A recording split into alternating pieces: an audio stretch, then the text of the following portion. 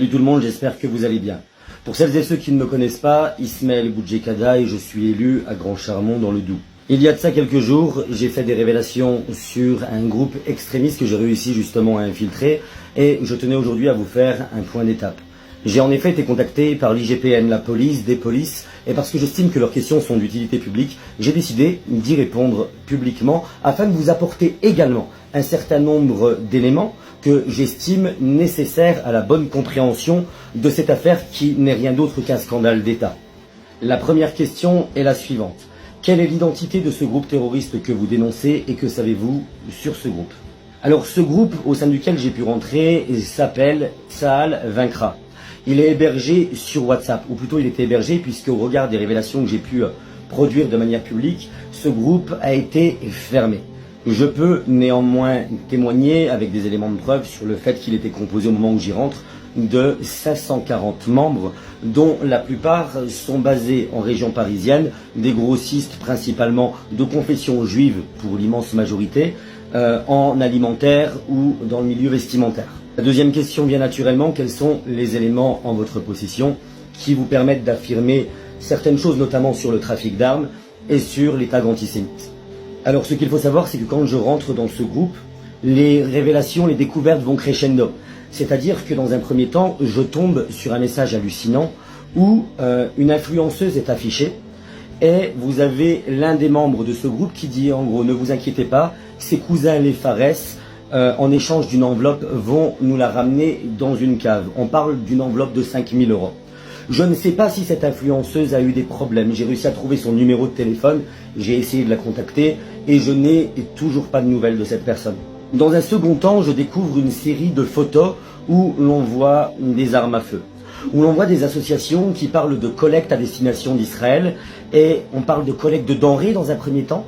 Et il y a d'autres vidéos où ils filment la table en remerciant les donateurs et où l'on voit des armes de guerre.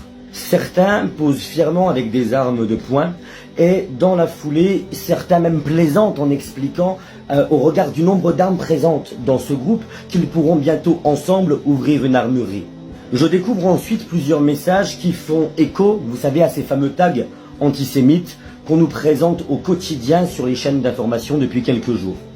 Eh bien, il s'avère que ces tags antisémites sont des commandes des membres de ce groupe qui expliquaient tout simplement qu'il fallait payer des taggeurs pour afficher des étoiles de David partout, sur les commerces, sur les bâtiments, etc., à Paris et ailleurs.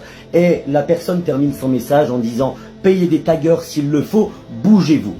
Il faut donc bien comprendre que dans ce groupe, les étoiles de David que l'on nous présente comme étant des tags antisémites à la télévision sont au contraire, dans un premier temps, un message de soutien à destination d'Israël, et lorsqu'ils se rendent compte que c'est présenté par la presse comme étant un acte antisémite, eh bien, ils décident d'accélérer la cadence et de faire en sorte de payer des taggeurs pour recouvrir les murs de Paris. Cerise sur le gâteau. Je découvre à un moment donné un message de quelqu'un qui se présente comme étant rattaché à la direction centrale de la police aux frontières. Ce monsieur, Michael Marciano, donne son adresse mail @intérieur.gouv.fr et son numéro de téléphone personnel en disant à ces individus « Si vous avez un problème à Charles de Gaulle, appelez-moi ». J'ai bien évidemment pris la tâche de ce monsieur que j'ai contacté sur son adresse mail ministérielle. Le mail n'est jamais revenu, donc l'adresse est effectivement active et existe. Parallèlement à ça, je n'ai reçu aucune réponse de cet individu. Cela veut simplement dire une seule chose. Cela veut dire que lorsque Gérald Darmanin, ministre de l'Intérieur, se présente devant les caméras de BFM TV pour dénoncer ce qu'il présente comme étant des tags antisémites, en allant jusqu'à jeter la responsabilité sur nos concitoyens de confession musulmane, il est potentiellement au courant du fait que ces tags n'ont rien d'antisémite et qu'ils sont au contraire une marque de soutien à Israël commandée par des sionistes. Et c'est en ce sens que je vous demande de bombarder les réseaux sociaux avec mes révélations accompagnées du hashtag Darmanin démission. Il doit présenter des excuses à la communauté musulmane de France tout en présentant sa démission au président de la République. L'IGPN me demande ensuite comment j'ai obtenu ces informations. Je m'en tiendrai à une phrase simple. J'ai obtenu ces informations en infiltrant ce groupe WhatsApp. Vous n'avez pas besoin de savoir ni comment, ni de quelle manière, etc. On s'en tiendra à cette information. L'IGPN me demande enfin si j'ai été menacé par ces individus. Sans surprise, je ne vous apprends rien en disant que oui. Toutefois, c'est pas une surprise, je le savais avant même de parler, je savais dans quoi je mettais les pieds. J'en profite justement pour répondre à ces quelques vidéos qui circulent où certains me demandent d'arrêter, où certains vous demandent d'arrêter de partager ces révélations en expliquant que ça pourrait mettre ma sécurité en danger. Ma sécurité est aujourd'hui déjà remise en question, qu'on soit bien d'accord. Je vous demande au contraire de partager massivement ces révélations parce que je sais pertinemment ce que je suis en train de faire. Je vous demande de partager ces révélations parce que c'est le seul moyen pour que ces révélations ne soient pas enterrées et que l'affaire ne soit pas étouffée.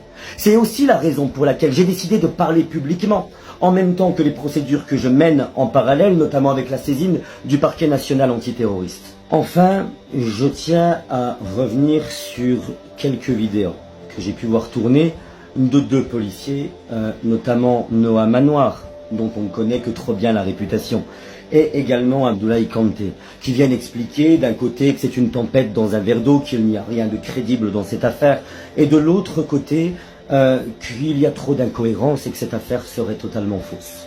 Messieurs, au regard des professions qui sont les vôtres ou qui étaient les vôtres, notamment pour Noah Manoir, je tiens à vous rappeler que votre rôle, ça n'est pas de juger une affaire sans avoir enquêté, mais c'est bel et bien d'enquêter si tant est que ce dossier soit entre vos mains. À partir du moment où vous n'avez aucun élément, à partir du moment où vous n'êtes pas chargé de cette enquête, je vous demande un petit peu d'humilité parce qu'effectivement, j'ai tendance à me méfier véritablement de celles et ceux qui, agents de police, passent plus de temps sur les plateaux de télévision qu'à enquêter sur le terrain alors même que vous êtes payé avec nos impôts. Enfin, je ne pouvais terminer cette vidéo explicative sans avoir un mot pour ces quelques détracteurs extrêmement minoritaires qui, bien installés dans leur canapé ne prenant aucun risque, se permettent de me présenter comme un espèce d'agent double. Ça y est, la série Netflix Made in réseaux sociaux est à nouveau activée. On explique dans quelques vidéos que je n'ai jamais été inquiété pour mes prises de position pour le moins polémiques. C'est assez marrant. C'est assez marrant, mais en même temps, je ne peux pas leur en vouloir, puisque je ne suis pas le genre à jouer la pleureuse sur les réseaux sociaux. Toutefois, j'ai décidé de vous montrer quelques éléments.